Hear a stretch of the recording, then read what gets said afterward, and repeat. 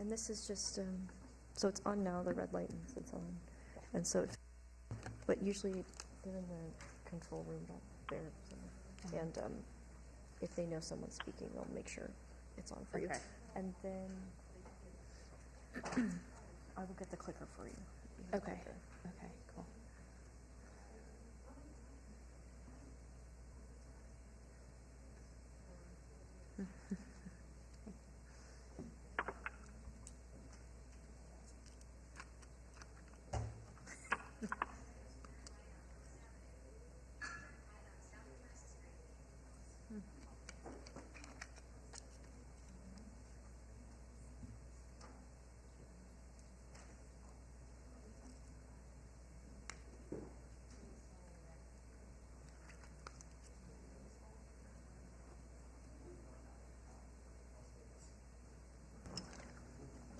Welcome to the October 19th Arts Commission meeting.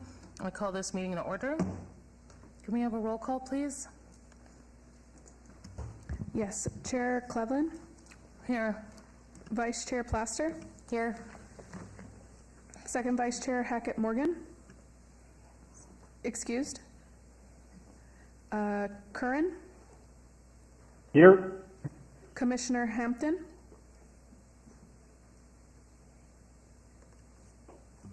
Excused. Commissioner Bernardchek? No, here. Commissioner Hampton here. Commissioner Bernardchek? Here. Commissioner Roberts? Excused. Commissioner Westfield? Here. Commissioner Douglas? Here. Commissioner Dodson? Here. Commissioner DeSantis? Here. Commissioner Kirch? Turk? I apologize. Here. Thank you, Chair. You have a quorum. Thank you. Are we in compliance with open meeting law? Yes, we are. Great. We'll go on to item 3. This is public comment. Comment during this portion of the agenda must be limited to matters on the agenda for action.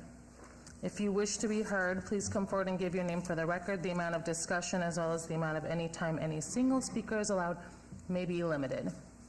Any public comment regarding items on the agenda?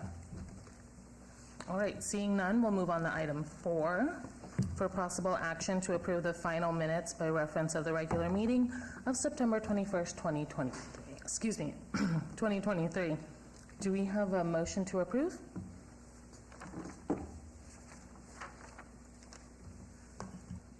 I'll make a motion, Commissioner Douglas, I'll make a motion to approve.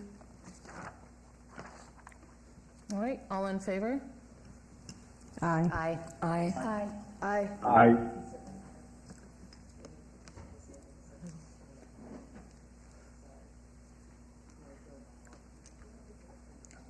Do we, Commissioner Roberts, would you like to vote?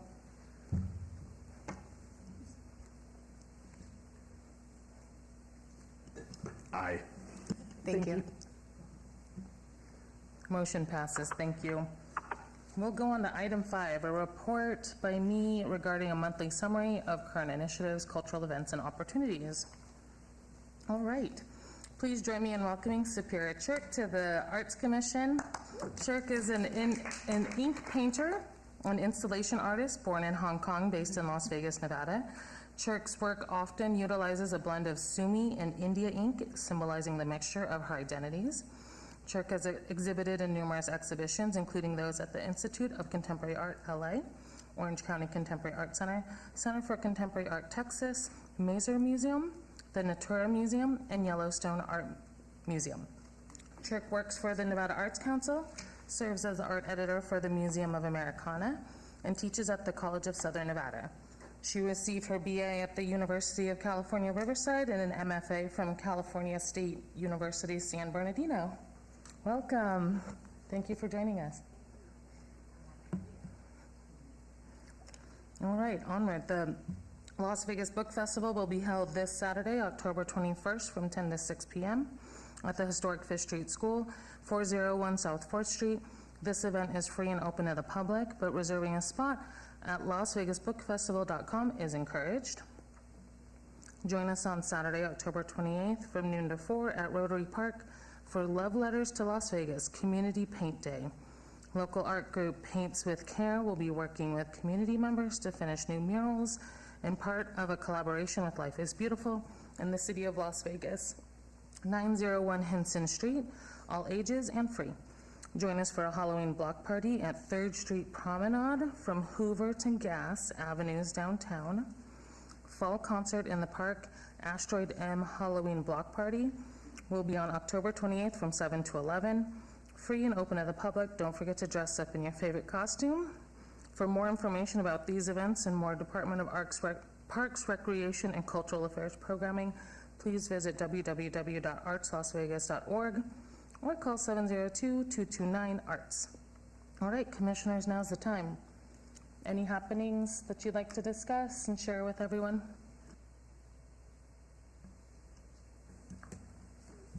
This is Commissioner Douglas. The Iha, Ihe, Iho, Ihex, the Su exhibition is taking place at the Nubu Art Gallery and Community Center.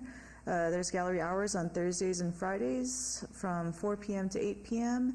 and Saturdays from noon to 4. There's going to be a closing reception and exhibition artist talk in December, but I'll announce more of that in November.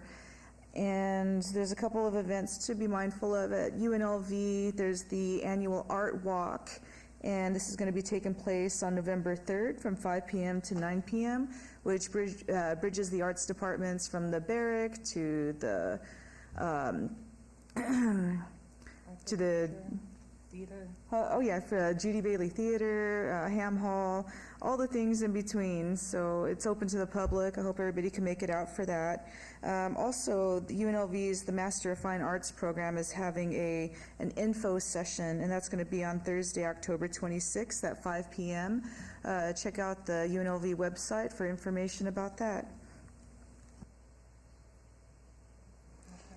Commissioner DeSantis.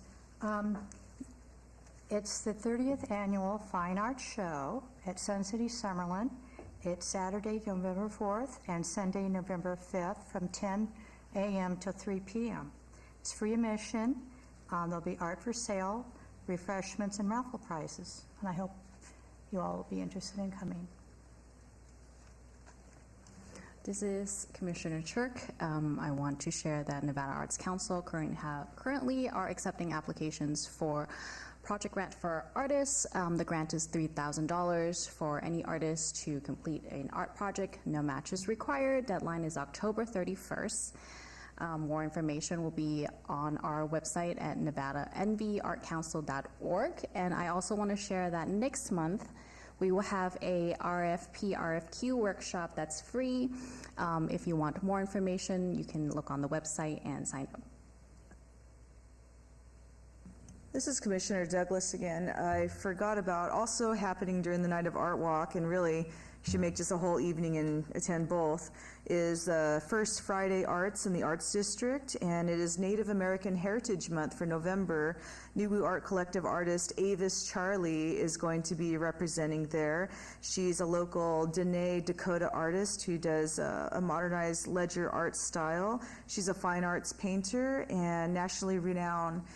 So please come out for First Friday Arts in the Arts District, November 3rd. Commissioners on the line? All right, I'll close it out. This is Commissioner Clevin. I'd like to invite everyone on Tuesday, October 24th from 6 to 7 p.m. to the Barrack Museum of Art. We'll be launching the Dry Heat issue 3, which is focused on public art. So I'm interested in hearing about what they think about public art and how they feel public art should be representative of their city. So I encourage you to attend. All right, if we don't have any other happenings, we're going to move out of order just a little bit. Nope, right? Yep, we're moving on to item 7 before we get to item 6, and that is a report by Art Builds Community regarding the Public Art Master Plan.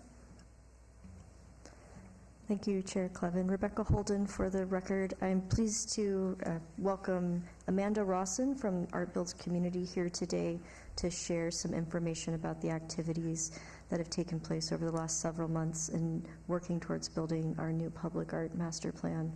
So I'll hand it off to Amanda to share this exciting information. Hello, everybody. Thank you for having us here today. My name is Amanda Rawson. I just flew in from San Jose, so just kind of feeling a little, I'm glad I made it here on time. Thank you for having us. As Rebecca said, I'm with Art Builds Community, and we are the consultant firm that's been working on the public art master plan for the city of Las Vegas. Just to prepare you a little bit, I'm going to share with you 17 slides, and I'll be sharing the recurring themes based on community engagement that took place in the spring and early summer. So this is a slide of our process. Our team has been working with city staff since February of this year, 2023, and are now in the writing phase of the scope of work. You'll see that right there on the bottom. So we're going to create a public art plan that will really guide a vision, a mission, and a mission statement and objectives and guiding principles that will support the recommendations that will come out of the themes that we have found. So this is the project timeline, gives you a little bit of a background on where we were, where we're at, and where we're going. As I mentioned, we've been we started conversations with the city of Las Vegas around this time last year and really started working on the project in January, February during our first visit in early February to the city of Las Vegas to meet all of the amazing people in the arts community here.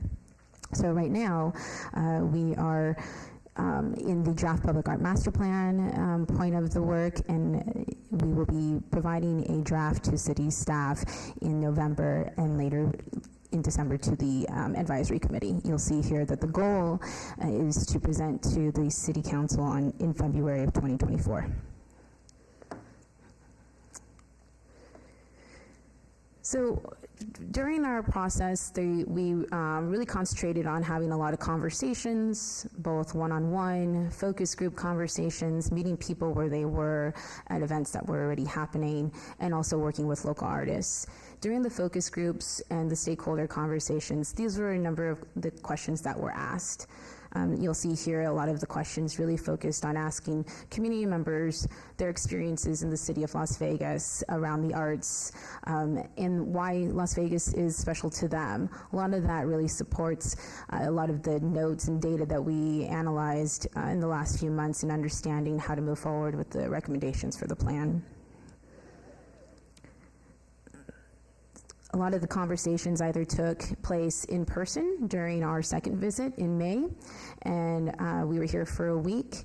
We were able to meet city staff, departments, as well as city council members, and external and internal stakeholders. Some of the visits were also, interviews were also done online, so we were able to speak to people via Zoom, which was very helpful. As I mentioned, we are located in San Jose. The community engagement is a really big part of the work that we do.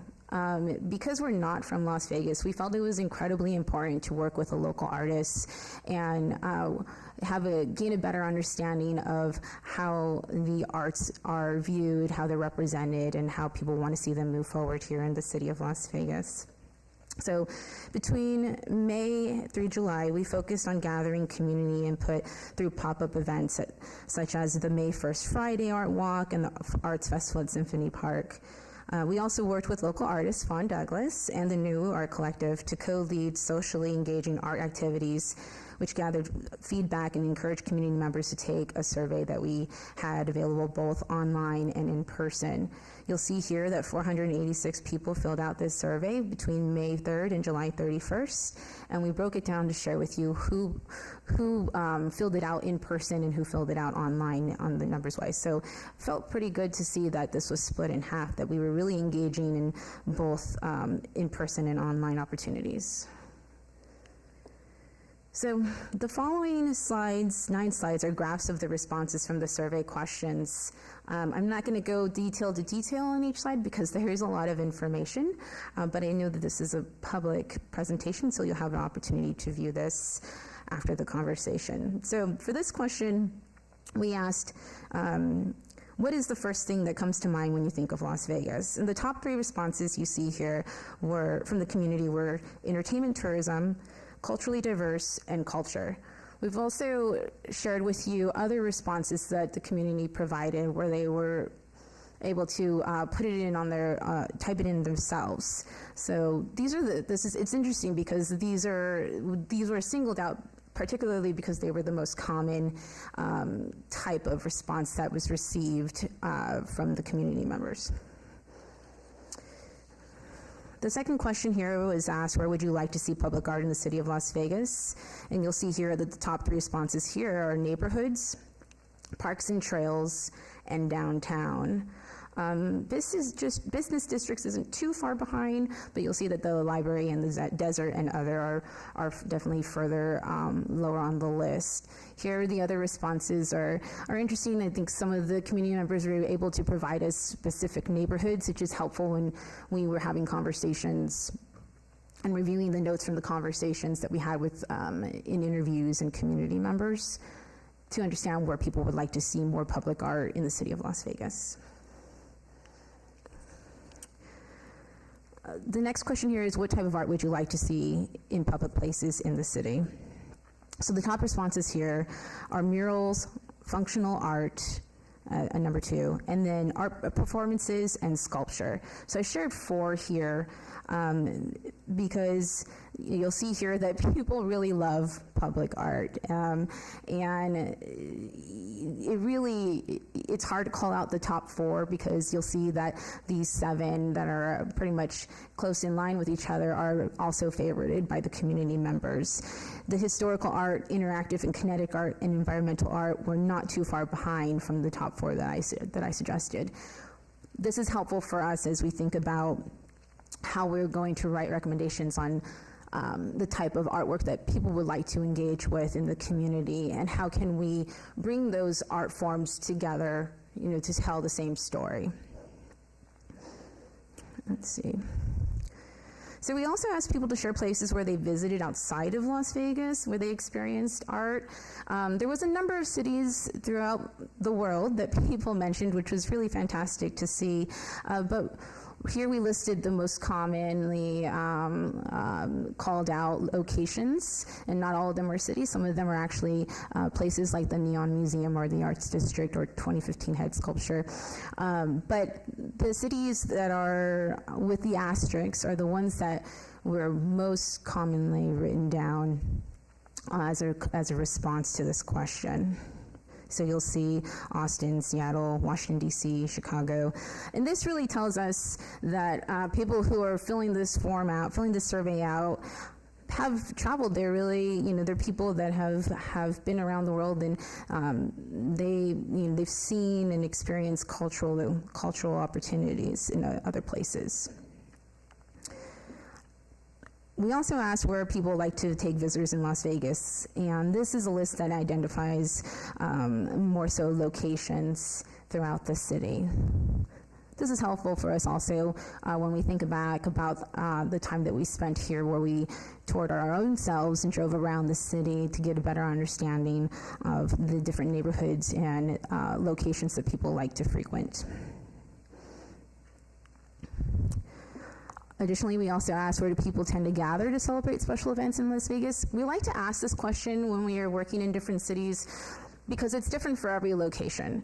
Each city has its own unique characteristics, and community members tend to favor areas of their city that maybe a visitor will never know about or not quite understand the significance of it. And as we ask people this, we get the opportunity, especially in person, to have a stronger conversation on why they choose these locations. So for us, these are the most common locations that were mentioned in the response. And, it goes from homes, restaurants, parks, hotels, and then it goes on to really call out specific places like T-Mobile Plaza, the Shanghai Plaza. So it helps us see that people are going from outside the city and inside the city, taking people places to celebrate special occasions. This is a slide that I'd like to have you really take a close look at. This is a question that says, what do you think is the role of public art in Las Vegas? And we heard the chair mention that there's going to be an event that's going to be an opportunity for people to share their responses to public art in Las Vegas, and I hope that those responses are similar to the ones that we see here. You'll see the statements that are highlighted in pink. Those are the most common responses, and here you'll see promote pride in Las Vegas, position Las Vegas as an arts destination, help build and reinforce the identity of the city, provide opportunities for people to experience art that enriches their lives, support the growth of the local arts community, create community interaction, and strengthen social networks and connections, and last, bring a sense of whimsy and delight to everyday spaces.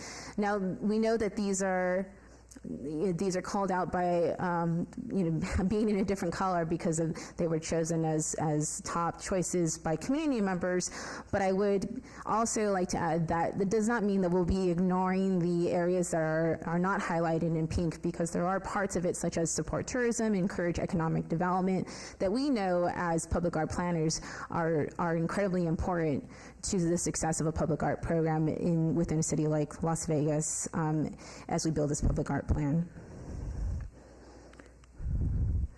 And then these last two slides really are us learning about the people who fill these surveys out, right? So we asked if people live here full-time as residents, are they artists, are they students, business owners, do they live in the county? Are they visitors or residents? And others were able to provide us additional responses that wanted to self-identify. And that was also helpful, so we have those bulleted here. This is the age range and race and ethnicity. So we have here the highest number, highest age range here that filled out the survey was between 35 and 44. That tends to be kind of a family, young family age, and then next is 25 to 34, and then 45 to 54. So we feel that there was a pretty good age range in regards to adults. We would like to have had more children or youth or young adults respond to the survey, but that just happened to not be the case in this situation. It's the same thing when it comes to having people of different race and ethnicities, how they self-identify. Of course, we would like to see these numbers higher, and I think that's the goal for all arts programs, to really have a presence from all community members when it comes to representation. So I have 3 more slides left. In these next 2 slides, we really consist of the emerging themes that we identified from information gathered from the focus groups, the interviews, community meetings, pop-up events, and the survey. They are sectioned into 4 areas. And I'm going to share each theme briefly. I won't go bullet by bullet under each theme, but rather kind of give you a bird's eye view of what we're thinking in the 5 areas. So with identity and civic pride, for us, public art can support the efforts to make the city of Las Vegas a destination to experience public spaces that are supported by the city and by private entities. We really think that that's an important part of the identity of Las Vegas. It's also important to commission art that tells the many different stories of Las Vegas and the people who have lived here and are a part of its history and who are going to be a part of its future. Number 2, accessibility and quality. So during conversations, the accessibility to art and art experiences was a shared concern by many of the community members. Public art should be available for all community members and can be a mechanism for revitalization in empty spaces. And so when we talk about accessibility, we're not talking just about location as in neighborhoods, but also accessibility for disabled people, or and accessibility for people who have hard of hearing, all of the senses that might not be currently present. Additionally, we know that healthy living and outdoor experiences is also a common theme we've heard when we asked how people want to experience public art. There's a lot of opportunities in the city of Las Vegas. What we heard from community members to be on trails, and so wanting to see public art in those locations and more in parks was something we also heard in discussions. So the city of Las Vegas has a very rich and abundant local artist community, and we have not only experienced that ourselves, but also heard it through conversations we had with a number of people. And so we understand that the artist community really want to be supported more by the city with resources such as professional development opportunities, shared opportunities in maybe different grant opportunities, paired partnerships to create their own work, and then also learn about the various funding opportunities that can be available to them either locally, regionally, or nationally. Here for administrative, our team will be developing policies and procedures for the changing artwork collection and any other procedures that need updating, really to make sure that the public art program is run successfully. And then last year, I know I have one bullet point for funding, but I have a little bit more to say than what's on the screen.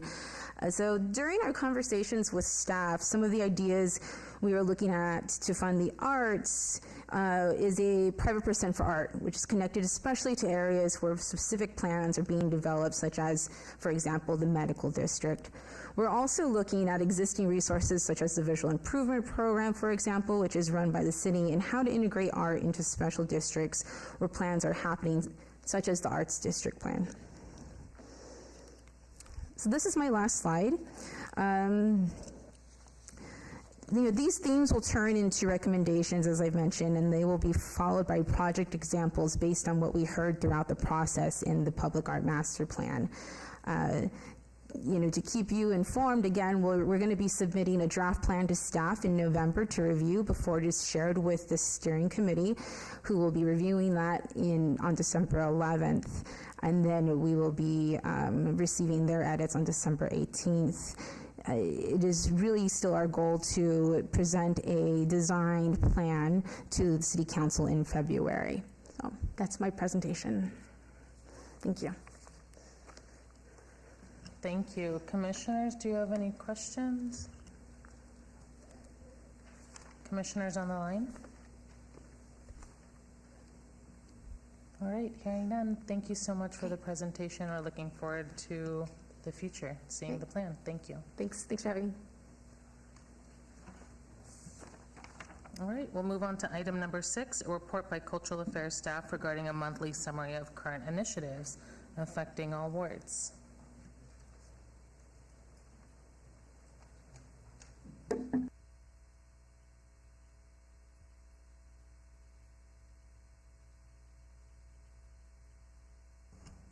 Hi, this is Holly Lay for the record. This is going to be our report for Cultural Affairs staff regarding our monthly summary of current initiatives.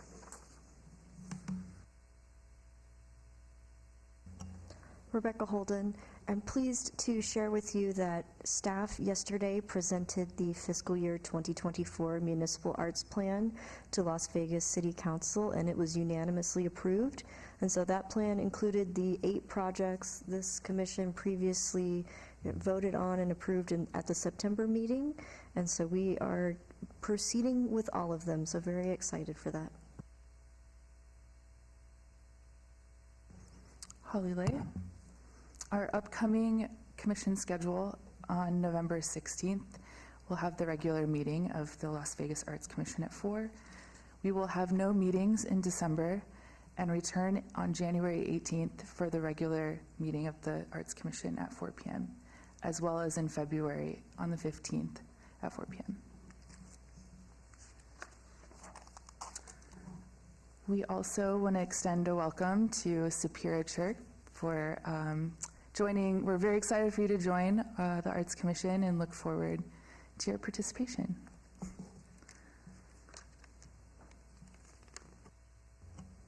Rebecca Holden, we continue to move forward with the 3rd Street Pedestrian Mall Public Art Project at 3rd Street along between East Ogden Avenue and East Fremont Street. So we are currently in the process to award the finalist and send out that official notification. And then we'll be able to share the designs and the timeline for that.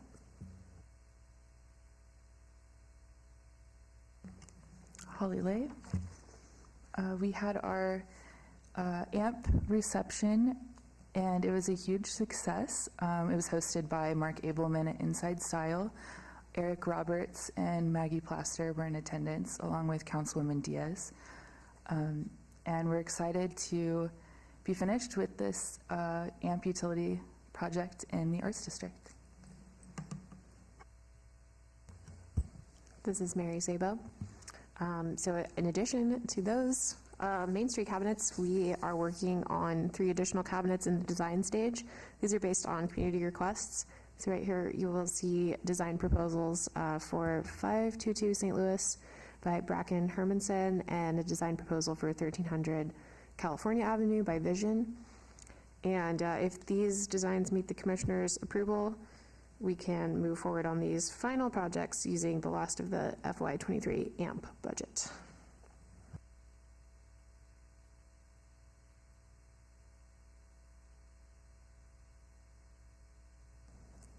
This is Laura Machado. Sorry about that. The mic wasn't turning on.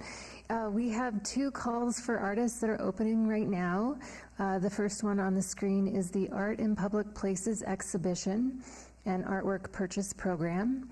Similar to the project we held last year, this one is slightly different. We're going to call artists to show in an exhibition and then select artwork to purchase from that exhibition. If you know of any artists interested in being part of this exhibition, please share the link below, Arts Registry Lost.Vegas, to apply. We're looking for 2-dimensional and 3-dimensional original works of art. The deadline is February 5th, 2024. You have some time. The next call for artists is a fine art gallery exhibition proposals. The gallery program is looking for proposals for individual and group fine art exhibitions for its 2024-2025 gallery season and beyond. You can find this call at the same website, artsregistrylost.vegas, to apply. This call closes on March 3rd, 2024. This is Mary Szabo. Some exciting news about the Casino Center Pocket Park Sculpture Project.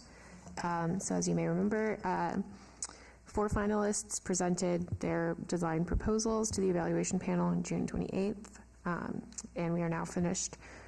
The contract has been executed with the unanimously selected Mendre Sculptures. That contract was executed on October 9th. And we are in the process of scheduling a community design presentation to give the artist team a chance to share their concept with community members and receive feedback. And I will keep you all informed of the date and time of that community meeting.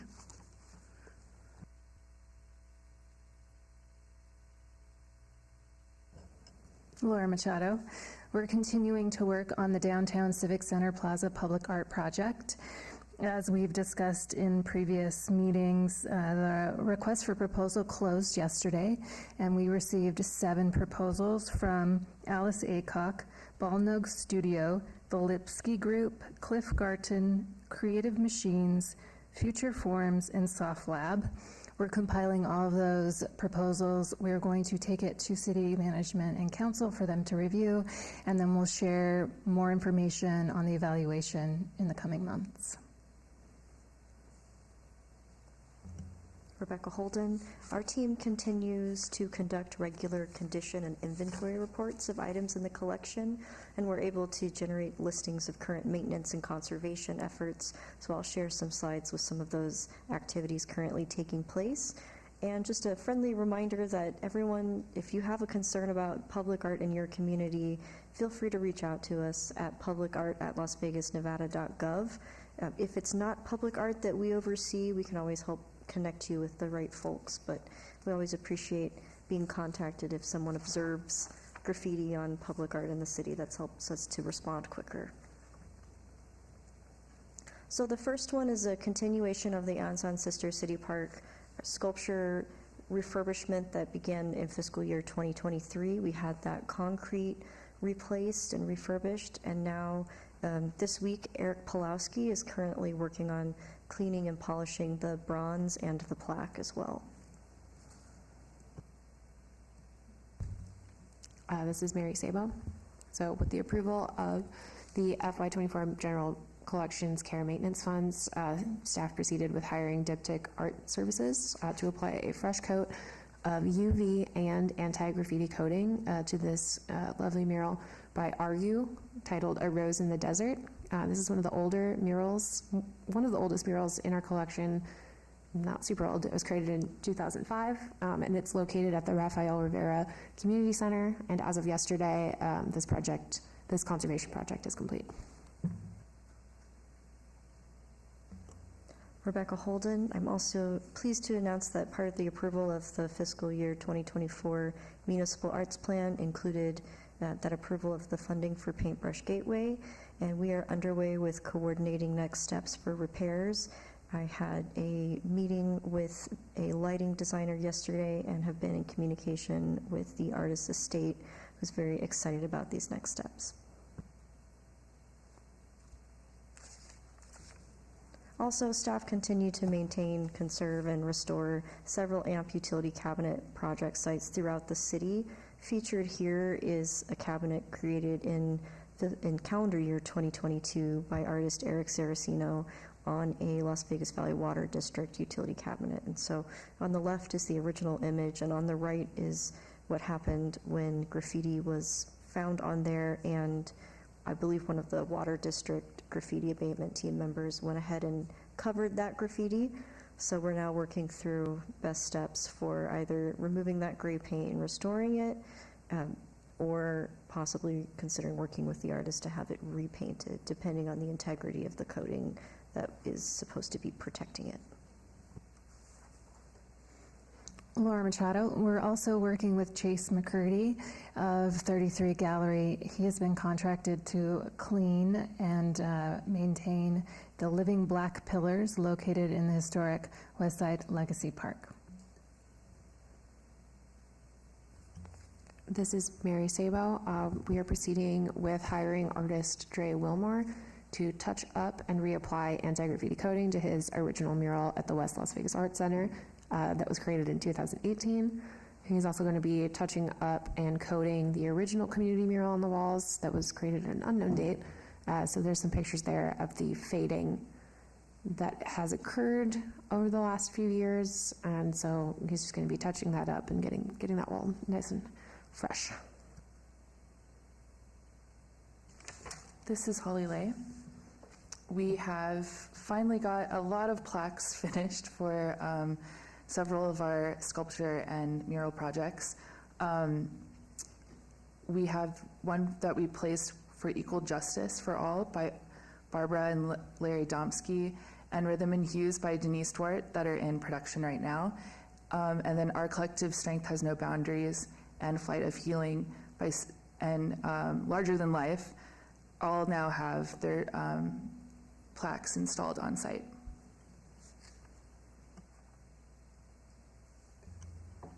This is Mary Sabo. Pleased to announce that as of October 11th, 2023, the final two murals in the historic West Side mural program are complete. So we have new murals at the AD Guy Knowledge Center. Those are done by Malachi Williams and Dyron Boyd. And then we also have 3 portraits of community leaders that complete the mural wall at the West Las Vegas Art Center. Those have been done by Mario Smith and Courtney Haywood.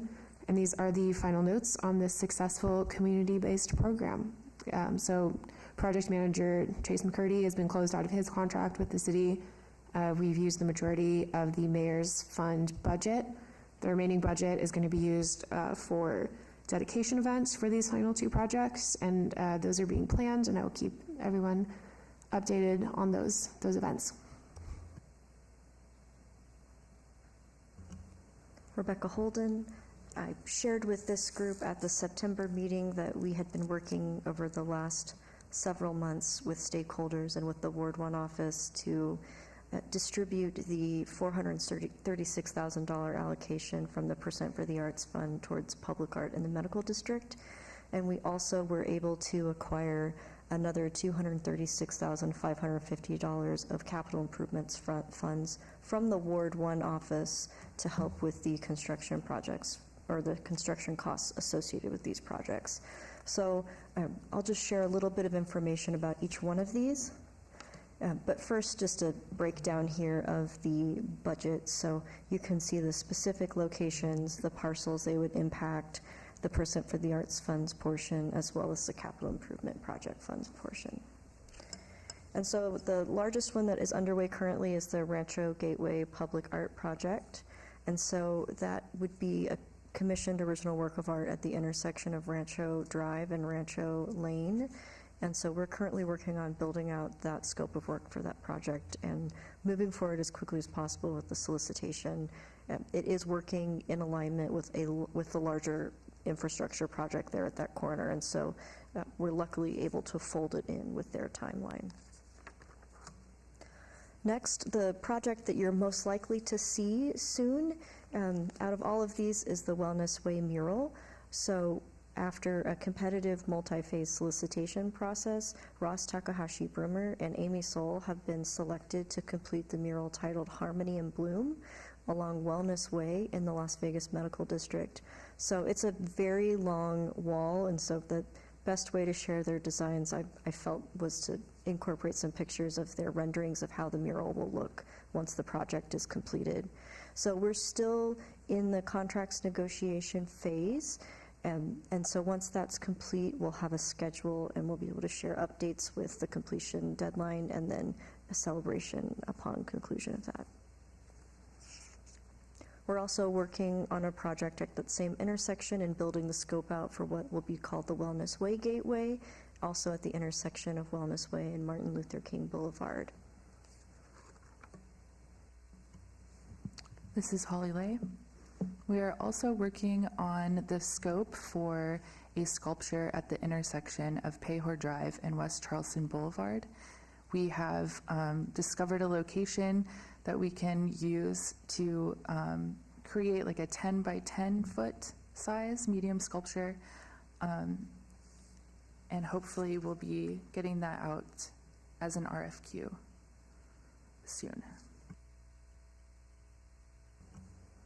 And Rebecca Holden, the last project on this list within the medical district is at Shadow Lane, and we're looking at an area of right-of-way along Shadow Lane between Hastings Avenue and Charleston Boulevard. And so we're still building out the scope for that as well. This is Mary Sabo. The Parking Meter Art Wrap Project, an update. All 20 artists that were selected for this project have had their artwork printed onto a vinyl wrap and installed along Main Street. And we're working with parking services to produce more wraps and expand throughout the Arts District. And Rebecca Holden, you've already heard from Amanda Rawson today about the Public Art Master Plan update, and so we're excited to continue to bring you more updates, draft documents, and additional information in the coming months. This is Holly Lay, and that concludes our item 6 report. Does anyone have any questions?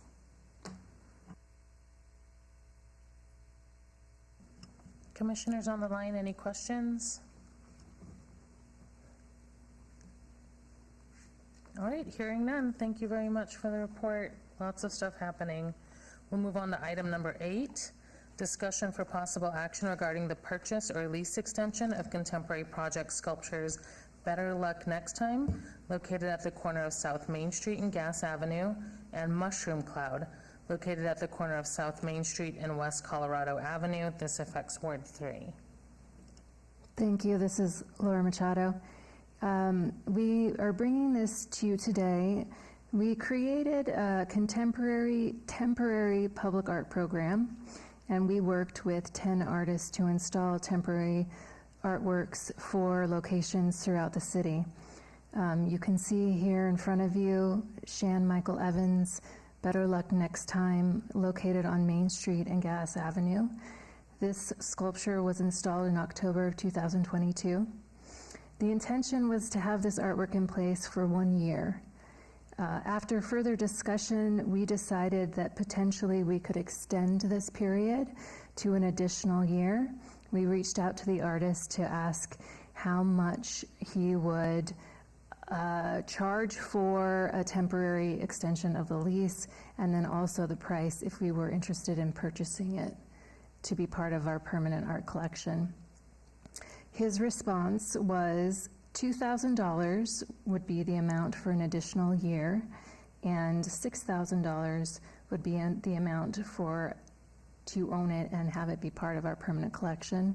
Staff recommends that we extend it for 1 year.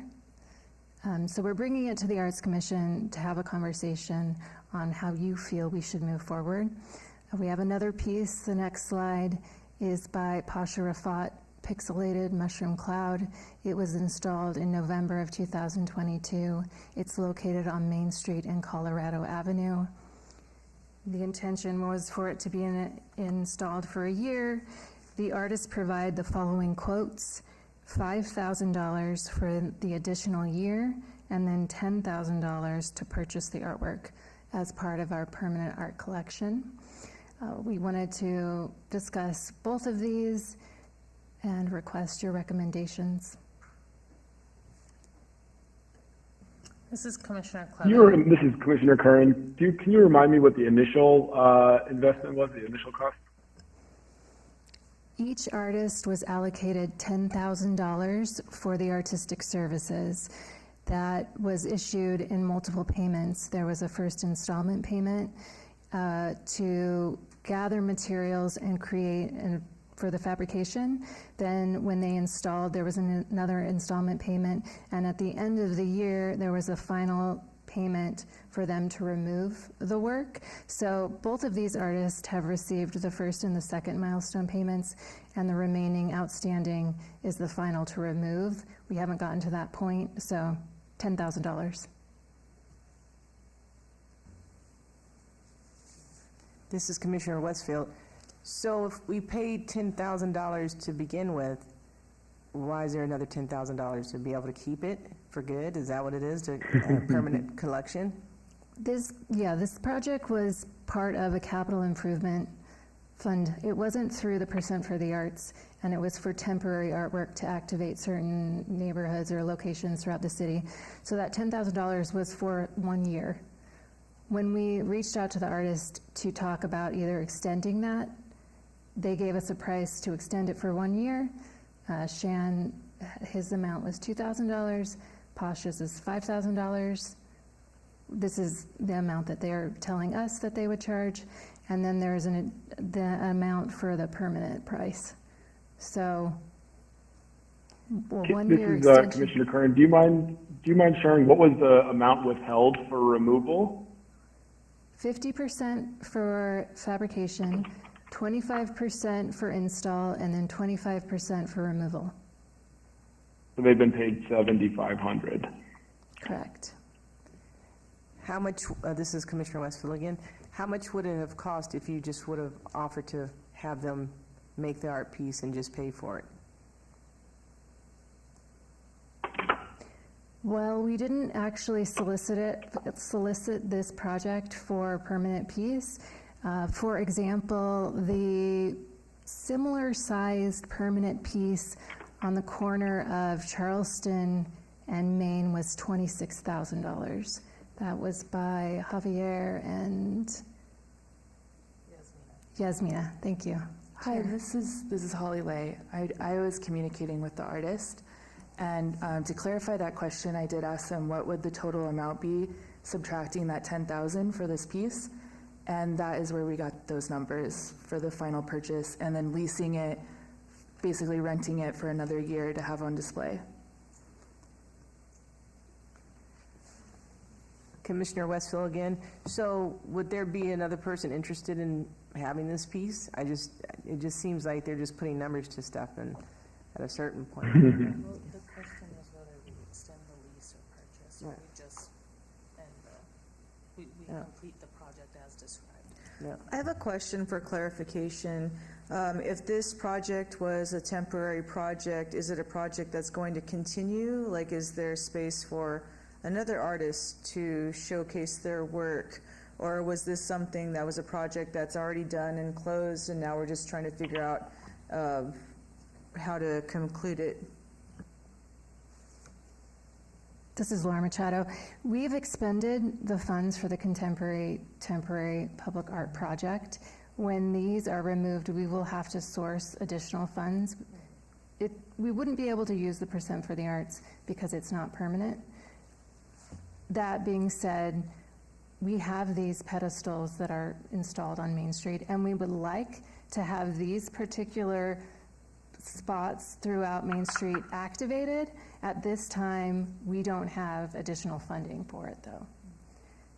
The idea... And this is Commissioner Curran.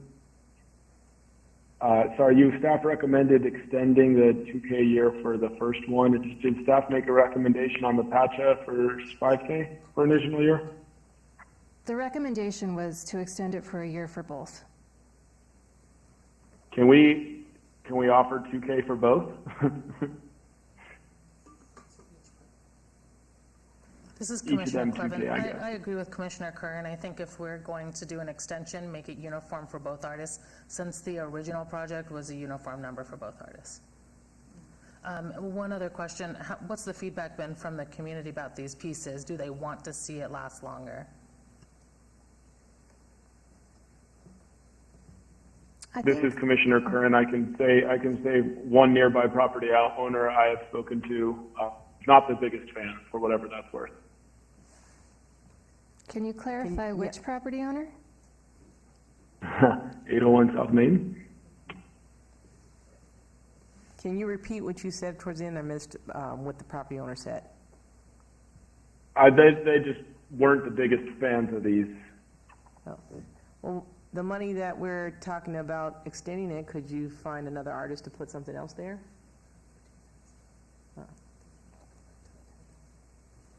This is Commissioner Roberts. It seems to me if we decide not to extend it, we're going to spend $2,500 per piece.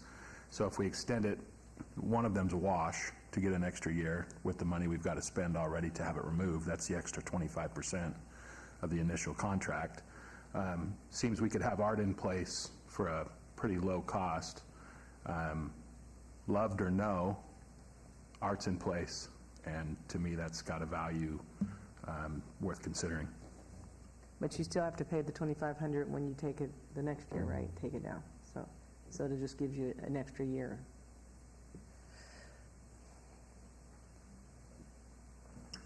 Any other commissioners? Discussion? Motion? I guess I would move to offer them both an additional $2,000 each for an additional year. And I guess PACHA could take it or leave it. Darn, there's a motion on the floor. I was just wondering if, because Main Street is a very, busy street and an opportunity for other artists to get some recognition. Is this a program that was meant to continue into the future? Like, when this was planned, to do, was there any funding or just, looking ahead about, we could do, because yes, this is a cement base that could hold another piece of art. Could we showcase other artists? Is that an option?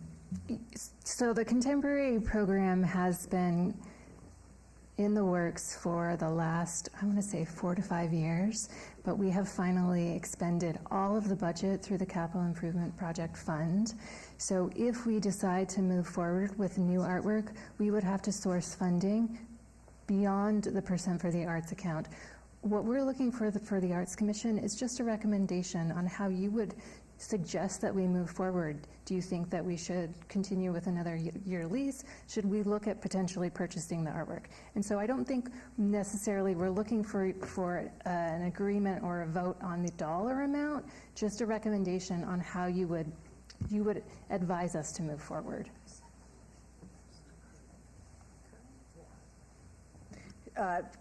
Vice Chair Plaster, so are you saying that we can talk in more length about the contemporary program at another meeting and whether we should continue doing it in future years? Absolutely. Okay.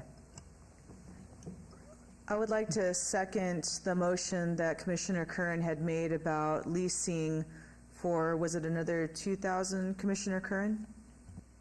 Yes.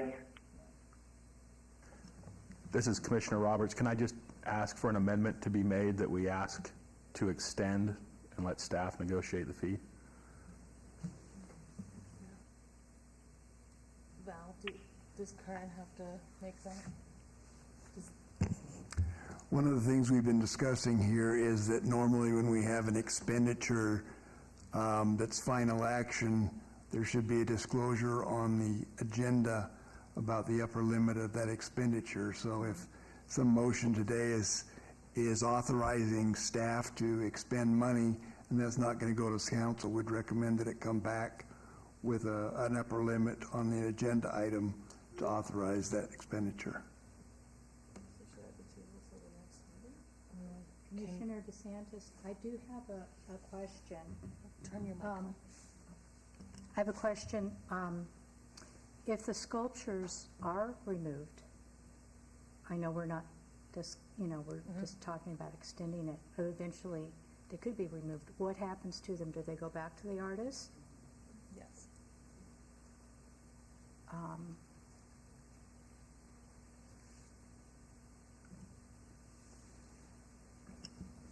Commissioner Clemens, so sorry, Val, we can amend the motion to remove any discussion about costs and just make a recommendation for lease versus purchase? Well, it depends. If you're expecting staff to go out there and do that and basically authorize them to negotiate or to say we want to tell the artist we want to pay for an extension, that's an expenditure that should be on the agenda. So my suggestion is that we just bring it back, hold it in abeyance today and bring it back. I'm not sure that time frame, does that cause a problem with the time frame, staff? Holly? This is Laura Machado. We have an extension in the contract for 180 days, so it shouldn't cause a problem. Commissioner Curran, are you comfortable with obeying that motion? Sure. Okay, so we'll obey the item until the following meeting. Thank you. Do we have to call a vote to obey it?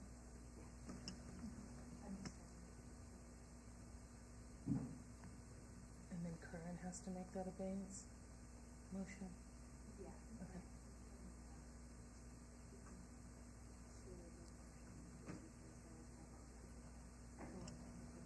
Okay. Commissioner Kern, we do need you to make another motion to obey the item until meeting November. I apologize. So moved. I moved to obey the item to the next commission meeting. Motion on the table is to obey item number 8 until the November 16th meeting. All in favor? Aye. Aye. Aye. Aye. Aye. Great, motion passes. We'll move on to item 9, discussion for possible action regarding the appointment or reappointment of members to the Arts Commission subcommittees. This affects all boards. I brought this up at the last meeting to talk about adding new people and removing people from subcommittees. You can see the subcommittees on item in your packet, number 9. We can discuss if we think that the subcommittees should be absorbed into our standard committee, or if we want to keep them as subcommittee meetings, separate from the Arts Commission meeting. This is Vice Chair Plaster. I'm not sure if this is an appropriate time to talk about this, but 2 of these subcommittees have not met for as long as I've been with Cultural, so 2 years. So I just want to put that out there, that if you want to be on a subcommittee, I think you should pick one of the first 2. Is that safe to say? Can we move to eliminate those two subcommittees that haven't met in 2 years?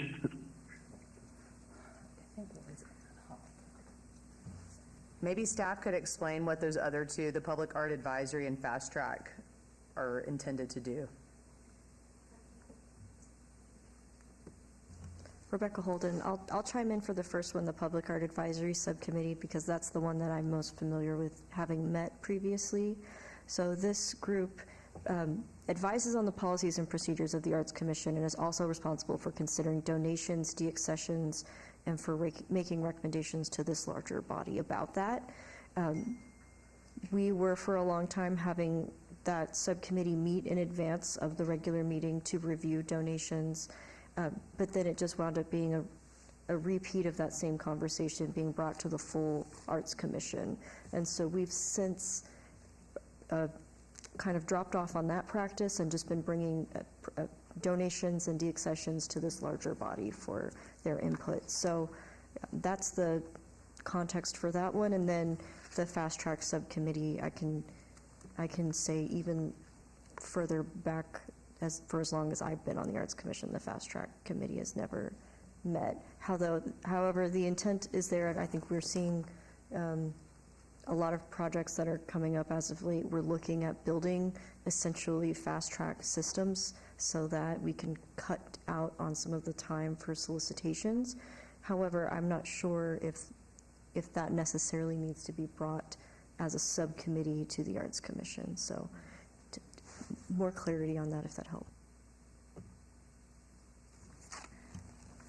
This is Commissioner Douglas. I think there's strong importance in the Education Subcommittee. We certainly meet at our time, and as of today, like we even go past our time. I think there's a lot of importance in that, and yeah, we always would have at least 3 people, you know, 3 out of the 4. But I would like to keep that as a subcommittee and also welcome other commissioners to sit in on those meetings and to give their input.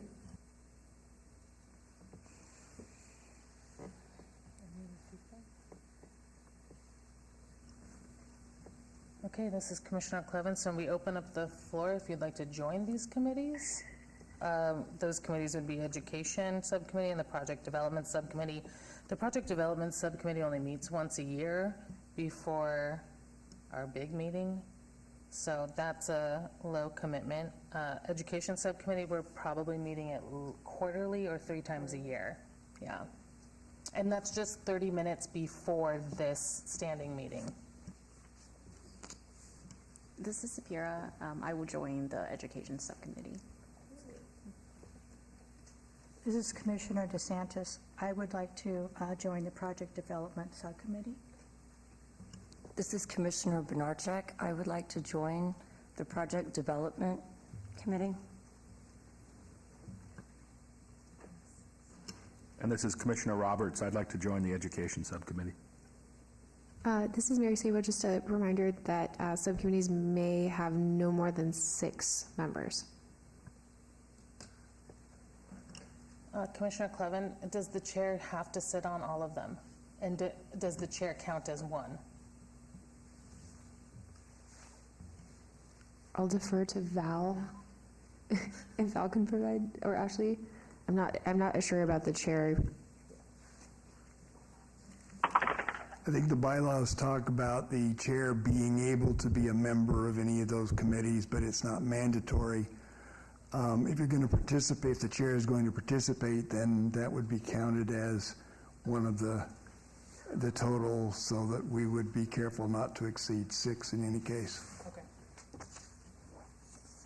But so far for the Education Subcommittee, it's Clevin, Suzanne Hackett-Morgan, myself, Joan DeSantis, Sapira Chuk, and Commissioner Roberts. Is that correct? That'll make our 6. Commissioners on the line, if you'd like to join any, just holler. Okay. Great. So then, looks like we have established the 2 meeting subcommittees, and then we'll absorb like we have.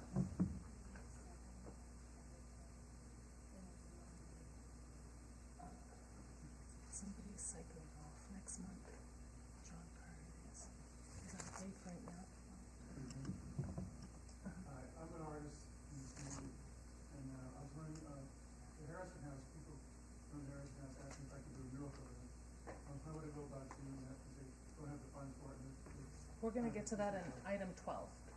Item 12, we're almost there. Okay. All right, hearing no other commissioners joining the subcommittees, we'll close that item out, and we'll move on to item number 10.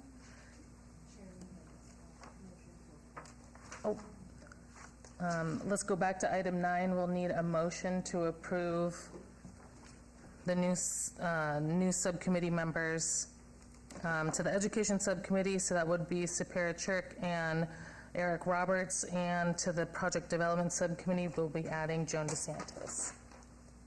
Motion, anybody want a motion? This is Commissioner Roberts. I'd like to move as just indicated.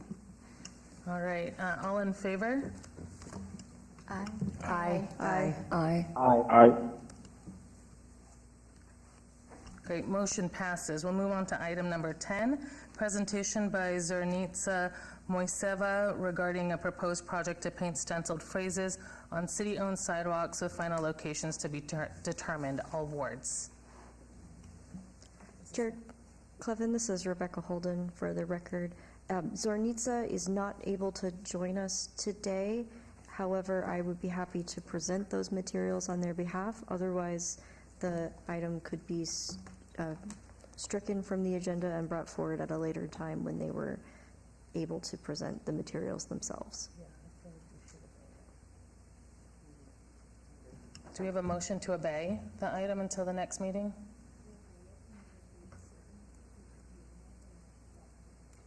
Okay, let's just table it. Commissioner Westfield, let's table it. I give a motion to table it for next time. Great, motion on the floor to table the item until a future meeting. All in favor?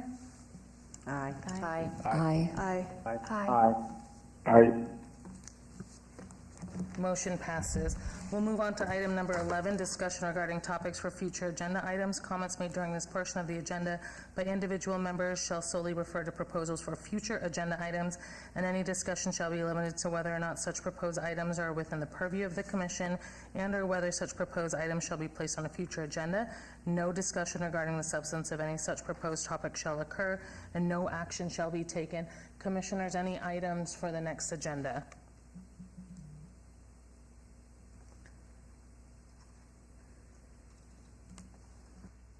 All right, seeing none, we'll move on to item 12, citizens' participation. Public comment during this portion of the agenda must be limited to matters within the jurisdiction of the committee. No subject may be acted upon by the committee unless that subject is on the agenda and is scheduled for action. If you wish to be heard, please come forward and give your name for the record. The amount of discussion on any single subject, as well as the amount of time any single speaker is allowed, may be limited. Thank you, sir. Please state your name for the record. My name is James Paganelli. I'm a freelance artist. I do portraits and murals for people and companies and things. And the Harrison House saw my work, they liked my work, and they asked me if I could do a mural for them, but they don't have the funding for it, and they thought if I would come forward and try to do a petition to get some kind of help to pay for it, if possible. We have, if you read what it's about,